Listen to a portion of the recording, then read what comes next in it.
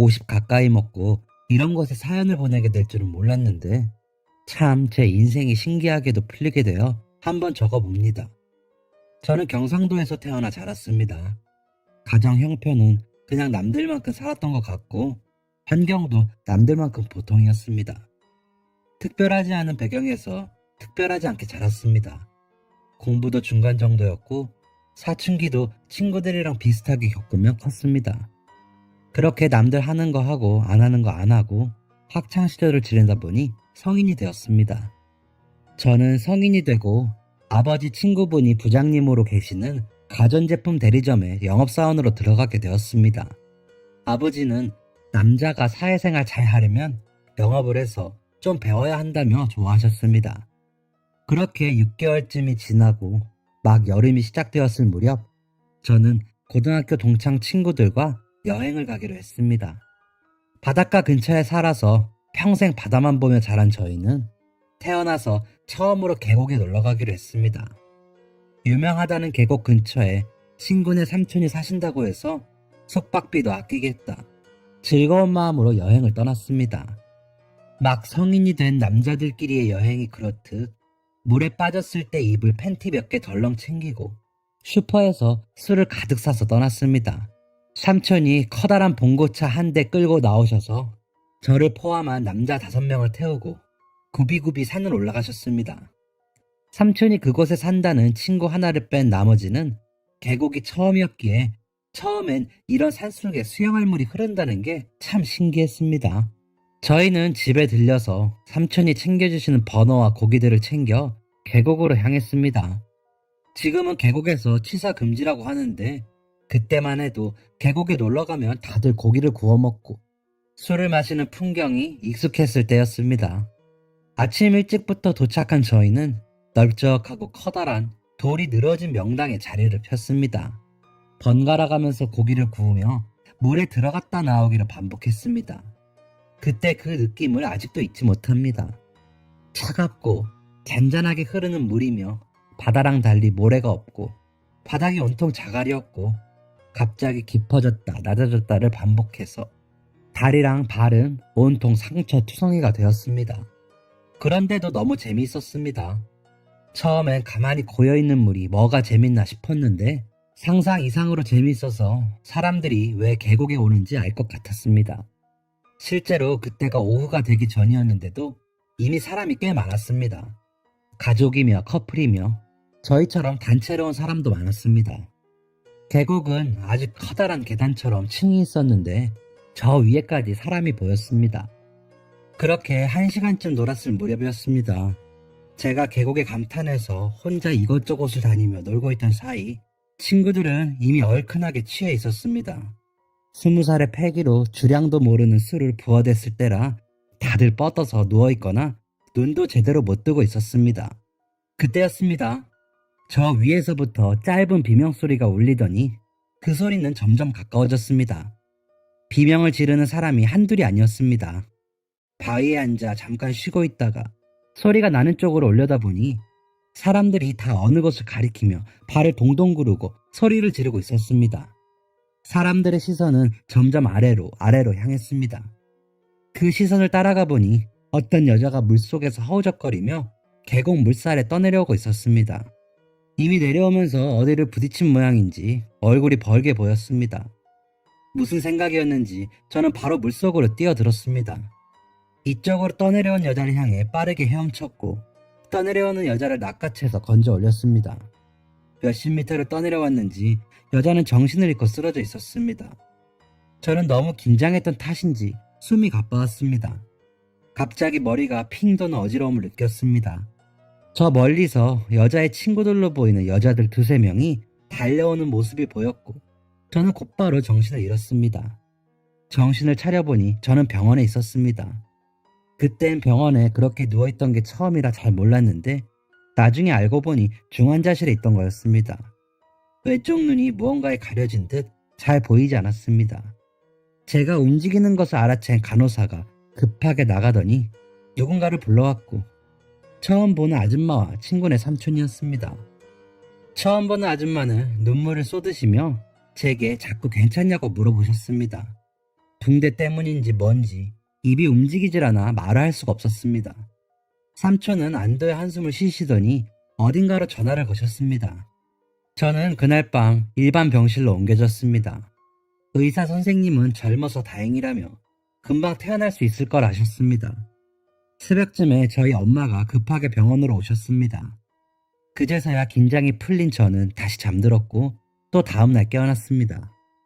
그리고 그때 제 모습을 정확히 볼 수 있었습니다. 제 얼굴은 만신창이가 되어 있었습니다. 턱이며 이마며 거의 눈, 코, 입 빼고는 붕대로 가려져 있었습니다. 엄마는 제가 여자를 구하러 물속에 들어갔을 때 뾰족한 돌인지 나무에 얼굴이 다 찢어졌다며 이마며 턱이며 합해서 100반을 가까이는 꼬맸다고 하셨습니다. 천만 다행인 건지 눈은 멀쩡했습니다. 평소 외모에 관심이 있었던 건 아니지만 얼굴이 다쳤다니 마음이 착잡하지 않다면 거짓말이었을 겁니다. 그래도 엄마가 너무 걱정을 하셔서 일부러 괜찮은 척을 했던 것 같습니다. 중환자실에서 처음 봤던 아주머니는 매일 저를 찾아왔습니다. 올 때마다 과일이며 빵이며 음료수며 뭘 이것저것 사오면서 계속 엄마께 죄송하다고 했고 저한테 미안하다고 했습니다. 알고 보니 물에 빠진 여자의 어머니였습니다. 그 여자애는 괜찮대요. 얼굴에 붕대를 칭칭 감은 채 아무렇지 않게 던진 제 질문에 아주머니는 그제서야 조금 웃으셨습니다. 아니, 지금 생각해보니 살짝 눈물이 맺히신 것 같기도 하네요. 덕분에 너무 괜찮아요. 다리에 긁힌 상처 몇 개 말고는 아주 멀쩡해요. 덕분이야. 정말 고마워요, 용석씨. 다행이네요. 진심으로 다행이라고 생각했습니다. 제가 이렇게 다치면서 구해줬는데 안 괜찮다면 허탈했을 것 같았습니다. 저는 일주일 정도 후에 퇴원을 할 수 있었습니다. 태어나는 날 처음으로 붕대를 푼 제 모습을 봤는데 조금 충격적이긴 했습니다. 얼굴 바깥쪽으로부터 이마부터 광대까지 쭉 찢어진 흉터가 하나, 턱의 가로로 길게 찢어진 흉터가 하나, 그 밖에 자잘하게 찢어져 두세 반을 꼬맨 자국들이 여러 개 있었습니다. 바다 수영에만 익숙해서 아무 생각 없이 다이빙을 한 제 잘못이었습니다. 그 아주머니는 제가 퇴원하는 날까지 절 찾아왔습니다. 병원비는 저희가 다 해결했어요. 정말 죄송합니다. 추후에 발생하는 치료비도 다 저희가 해결할게요. 보상이 더 필요하시다면 편하게 말씀하셔도 돼요. 저희 딸 목숨을 살려주셨는데 뭐든 해드릴 수 있습니다. 아주머니는 계속 허리를 굽혀 죄송한 마음을 표현하셨습니다. 그런데 전부터 느꼈지만 아주머니의 행색이 그리 좋아 보이진 않았습니다. 그러니까 쉽게 말해 형편이 좋지 않아 보이셨습니다. 어머니도 저처럼 느끼셨는지 아주머니의 제안을 거절하셨습니다. 괜찮아요. 사내놈 얼굴이 뭐가 중요하겠어요. 병원비 내주신 것만으로도 감사하죠. 정말 괜찮으니까 그만 사과하세요. 정말 괜찮으세요? 이러시면 제 마음이 불편한데. 학생, 정말 괜찮아요? 네, 괜찮습니다. 해야 할 일을 했을 뿐인데요, 뭐. 아주머니는 결국 참았던 눈물을 보이셨습니다. 정말 감사하다며 나중에라도 꼭 이 은혜 갚겠다고 하셨습니다. 그렇게 인사를 나누고 저는 집으로 돌아왔습니다. 그때만 해도 저는 몰랐습니다. 이 흉터가 제 인생을 꼬일 대로 꼬이게 할 줄은. 저는 이틀 정도 집에서 휴식을 취하고 출근을 했습니다.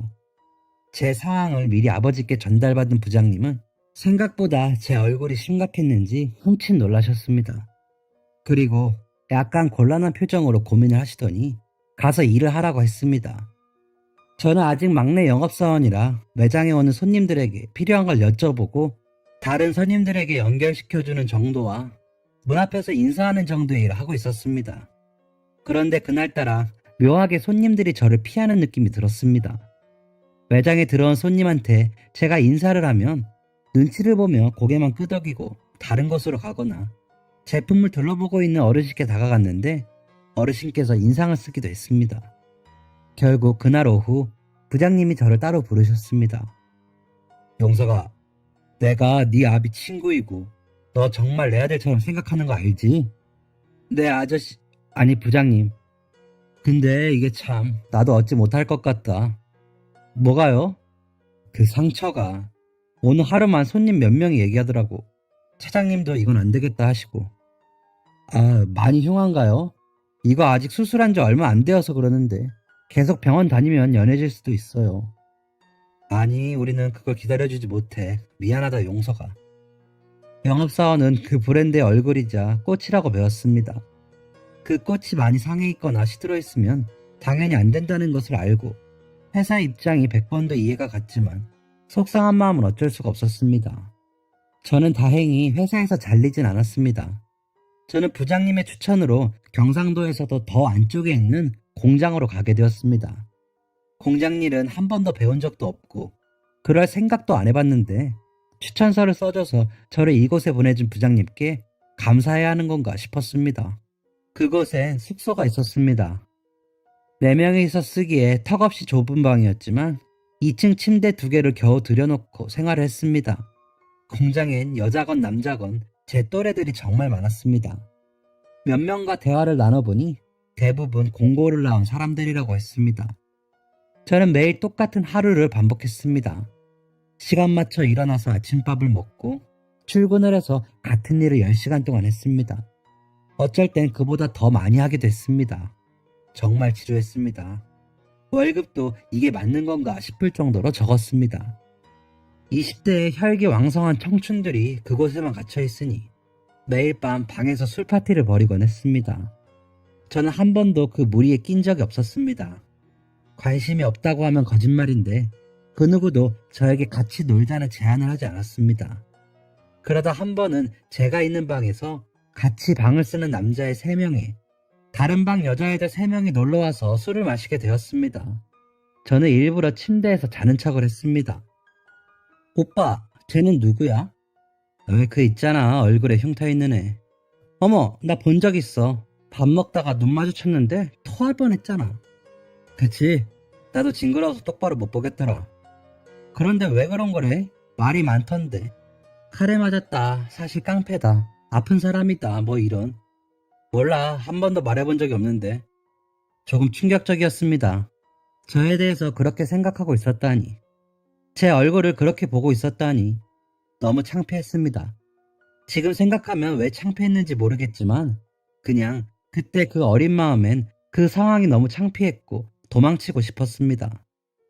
저는 공장을 그만둘 이런저런 이유를 만들었습니다. 핑계가 필요했던 것입니다. 저는 2달 동안 공장에서 일하면서 말하는 날보다 말 한마디 안 하는 날이 더 많았고 그 때문에 너무 우울했습니다. 그리고 여긴 월급도 너무 적고 맛있는 것도 먹을 수가 없었습니다. 부모님도 보지 못하고 친구들도 볼 수 없었습니다. 갖가지 핑계들을 생각하며 자기 합리화를 했습니다. 그렇게 전 2번째 직장이었던 공장도 그만두게 되었습니다. 집에 돌아가는 버스에서 모자를 눌러 쓰고 엉엉 울었던 기억이 납니다. 아마 이때부터 본격적으로 제 흉터가 너무 싫어졌던 것 같습니다. 공장을 그만두고 집에 와서 한동안은 집에만 있었습니다. 친구들도 학교에 다니거나 직장을 다니느라 만날 수도 없었고 만나자고 한들 제 자신이 부끄러워서 밖에 나갈 용기가 나지 않았습니다. 그러던 중 입영 통지서가 나왔고 끌려가듯 군대에 가게 되었습니다. 오히려 군대에서는 이 흉악한 흉터가 쓸모가 있었던 것 같네요. 또 어떤 말도 안 되는 소문이 난 건지 부대를 배치받고 초반엔 선임들은 저를 보며 수군거렸고 잘 건들지 않는, 아니 다르게 말하면 피해야 하는 후임이 되었습니다. 덕분인지 선임들에게 불려가거나 이유 없이 해코지를 당하는 일 없었고 군대에서도 그렇게 외롭게 지내다가 전역을 했습니다. 집에 돌아와 보니 상황이 이전과 좀 달라져 있었습니다. 아버지의 건강이 안 좋다는 얘기를 듣자 무서워졌습니다. 지금 생각해도 참 이기적인 마음이었는데 그때 바로 든 생각은 이제 내가 이 집의 가장인가? 앞으로 내가 돈을 벌어와야 하나? 얼굴이 이런데 어디 가서 어떻게 돈을 벌지? 였습니다.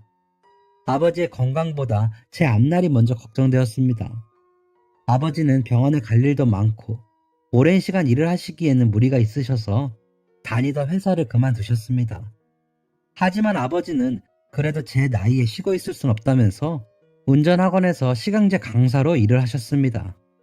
그러면서 아버지는 제게 진지하게 이젠 바깥에 나가서 일도 좀 하고 돈도 벌어야 하지 않겠냐고 하셨습니다.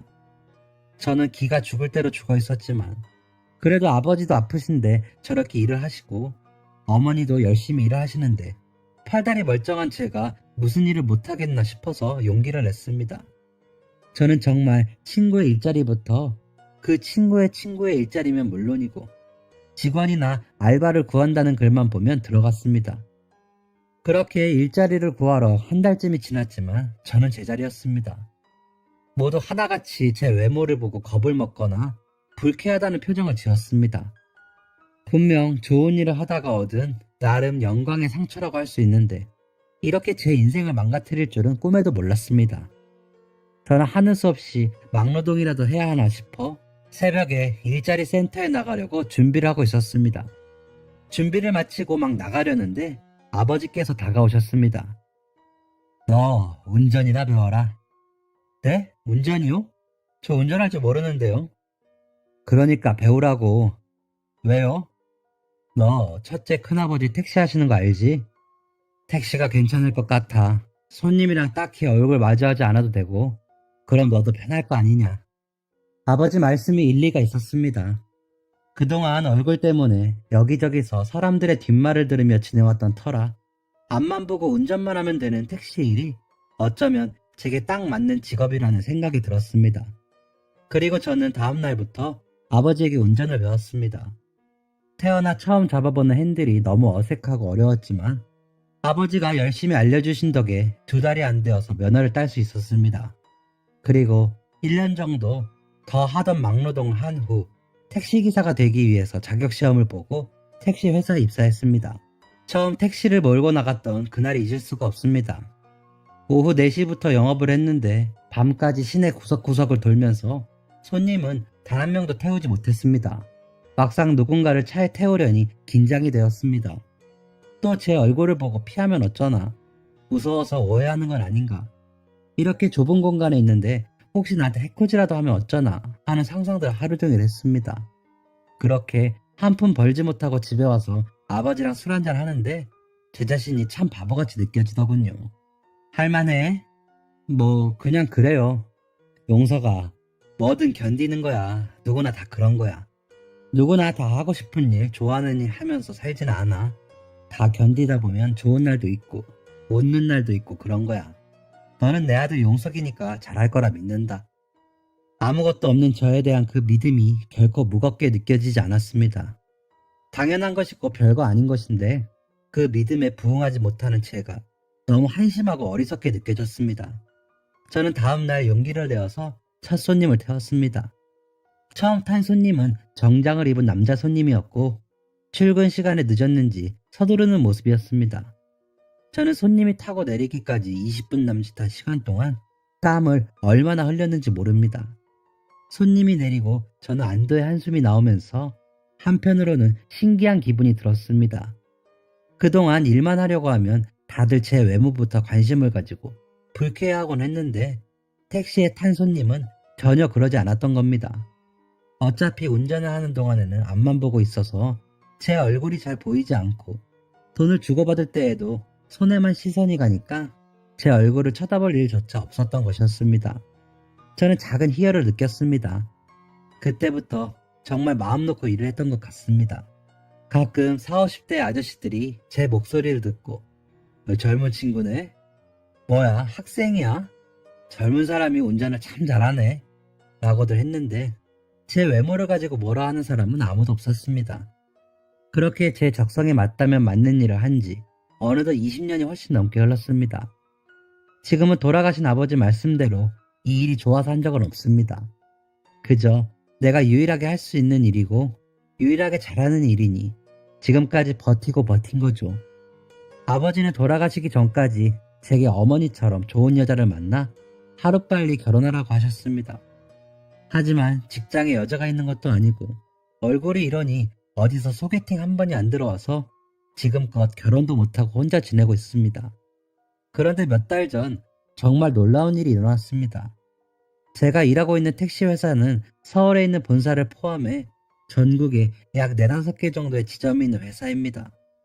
그날은 유난히도 지점장님이 택시 내부 청소를 강요했고 센터 한 청결도 신경을 썼으며 뭔가 바빠 보였습니다.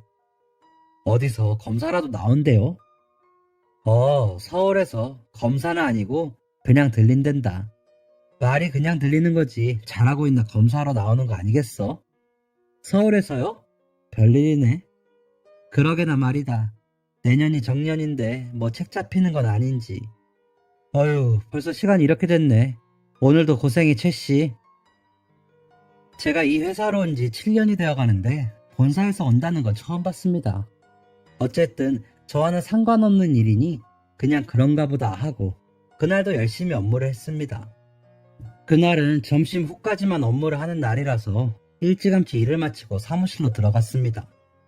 아직 다른 동료들은 운행을 하는 중이었고 사무실에 지점장님과 70대 정도로 보이는 나이가 지긋하신 어르신과 양복 차림의 제 또래 남자 하나가 앉아서 대화를 나누고 있었습니다. 안녕하세요. 아, 최씨 왔어? 회장님, 부장님, 저희 직원입니다.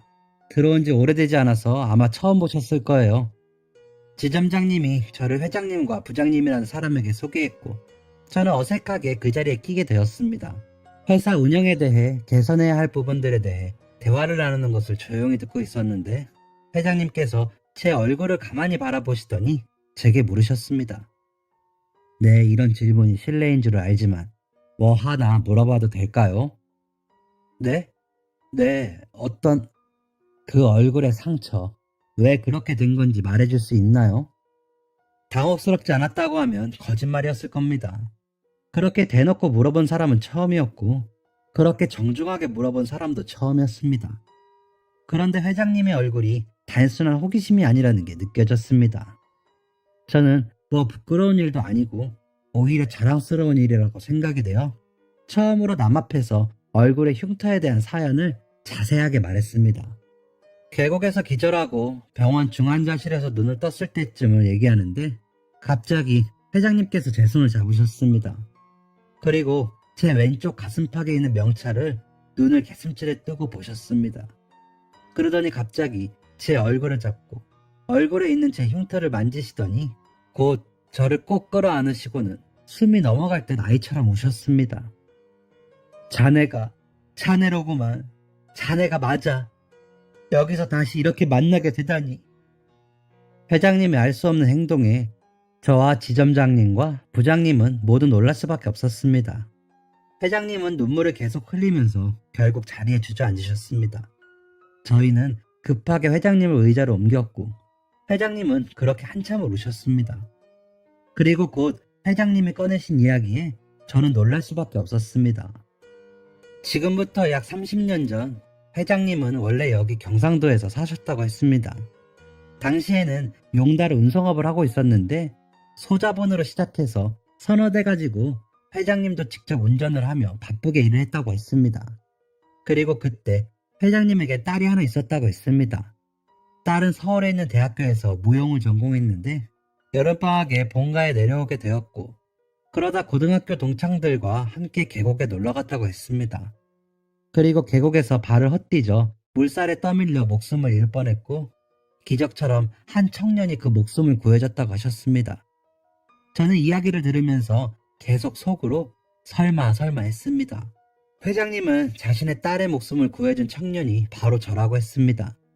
제가 속으로 생각한 설마가 정말 현실이었던 것입니다. 그때 분명 그 여자의 어머니, 그러니까 회장님의 사모님께서 그 여자가 다리만 조금 긁혔다고 했는데 혹시나 제가 죄책감을 가지거나 걱정할까봐 거짓말하신 모양입니다.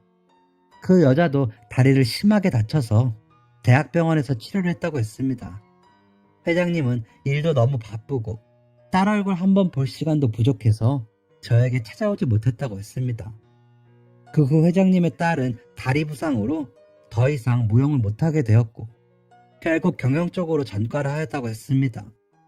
그런데 그 또한 운명이었는지 경영을 공부했던 딸이 회장님을 도와 택시 운수업에 발을 들여 지금 이렇게 성장을 할 수 있었다고 했습니다. 그러면서 회장님은 다 제 덕분이라고 또 한 번 눈물을 보이셨습니다. 저를 찾으려고 제가 퇴원 후 입원했던 병원에 몇 번이고 찾아가고 몇 번이고 전화를 했지만 환자 기록을 알려줄 수 없다는 대답만 들었고 제 이름 하나 가지고 주위에 수소문을 해도 찾을 수가 없었다고 했습니다. 회장님은 자꾸만 먹먹해지는 목소리를 억누르며 제게 말하셨습니다. 정말 고맙네. 너무 늦었지만 이제라도 만나서 참 다행이야. 제가 그때도 사모님께 말씀드렸지만 할 일을 했을 뿐입니다. 회장님 따님도 많이 다치셨다면서요. 그래도 자네만 하겠는가. 아직도 상처가 이렇게 심한 걸 보니 지금까지 순탄치 않았을 것 같은데. 저는 지금까지 부끄러워서 남에게 하지 않았던 제가 살아온 이야기들을 회장님께 말씀드렸습니다. 왜 그랬는지는 모르겠습니다. 잠깐 아버지 생각이 나긴 했는데 아마 그 때문이었던 것 같습니다. 제가 얼굴에 흉터 때문에 직장에서 잘리고 공장에서도 손가락질을 받고 일자리도 구해지지 않고 군대에서도 사람들이 절 피했던 일들을 말했습니다. 회장님은 얘기를 들으면서도 계속 미안하다고 하실 뿐이었습니다. 제 이야기를 다 들은 회장님은 늦었지만 살해를 하고 싶다고 하셨고 우선 자신 때문에 평생을 택시일만 해왔으니 좀 더 좋은 근무 환경을 만들어주겠다며 같이 서울에 갈 것을 권하셨습니다. 하지만 저는 제가 모셔야 하는 홀어머니가 계셔서 안 된다고 했고 회장님은 잠시 고민하셨습니다. 그러더니 내년에 정년인 지점장님이 나가시면 그 자리를 대신해서 맡아달라고 했습니다. 제가 그런 자리를 받아도 되는지 모르겠다고 고민해보겠다고 했고 회장님은 이미 긍정의 대답을 들은 것처럼 기뻐하셨습니다. 그렇게 그날은 너무 늦어 만남을 마무리 지었는데 다음날 회장님이 또 찾아오셨습니다. 서울에 돌아가시기 전에 해야 할 일이 있다며 저를 데리고 어딘가로 가셨습니다. 경상도에 있는 큰 대학병원에 가시더니 안에 있는 카페에서 웬 의사 가운을 입은 사람과 아른 체를 했습니다. 그리고 곧 저를 소개해 주었습니다. 그 의사는 회장님과 중학교 동창인데 회장님께서 사정사정해서 외래가 끝나고 잠깐 시간을 내서 왔다고 했습니다. 의사는 제 얼굴을 자세히 살폈고 꾸준히 치료하면 어느 정도 흉터를 가릴 수는 있다고 하셨습니다. 사실 기대하지 않았는데 그런 희망적인 말을 들으니 기쁘지 않을 수가 없었습니다. 자네 들었지? 이 친구가 여기 성형외과 교수 중에서 제일 실력이 좋은 사람이야. 그러니까 믿고 맡겨봐. 제가 이 나이 먹고 얼굴 고쳐서 어디다 쓰겠습니까? 그냥 내 소원이네. 자네 하루라도 제대로 된 원래 자네 얼굴로 사라졌으면 좋겠어. 괜찮습니다, 회장님. 평생 이렇게 산걸요. 그리고 저 치료할 돈도 없습니다.